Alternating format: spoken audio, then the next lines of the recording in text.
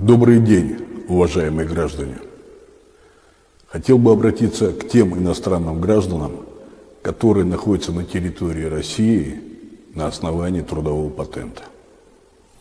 Как вам известно, недавно вышел указ президента России о временных мерах по урегулированию порядка пребывания иностранных граждан на территории России в связи с угрозой распространения коронавирусной инфекции.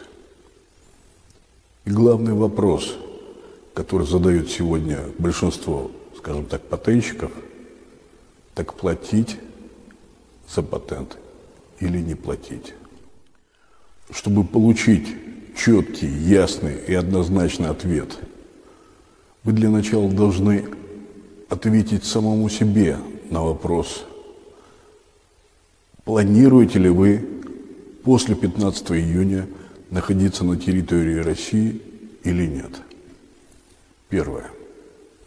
Если вы намерены после открытия границ и до 16 июня выехать к себе на родину, то вам не надо оплачивать патент или продлевать регистрацию.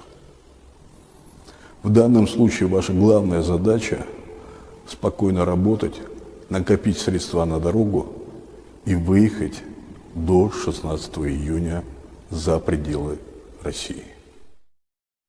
Второе. Если вы намерены и после 15 июня пребывать на территории России и продолжать трудовую деятельность, то вы должны оплачивать патент и продлевать регистрацию. Вас положение данного указа не касаются. Третье.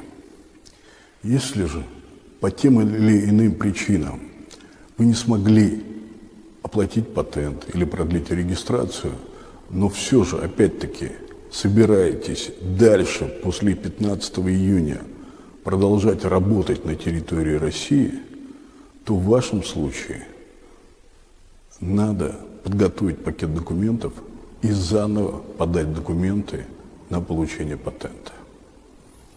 И желательно это сделать, то есть собрать документы и подать на патент до 1 июня, чтобы к 15 июня у вас на руках уже был новый патент. В этом случае вы опять же оказываетесь в правовом поле, легализованы, и дальше можете спокойно продолжать работать в России.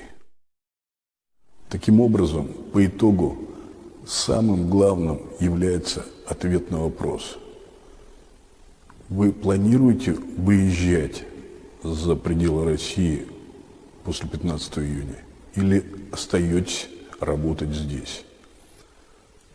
В итоге, если вы собираетесь уезжать, то вы не платите.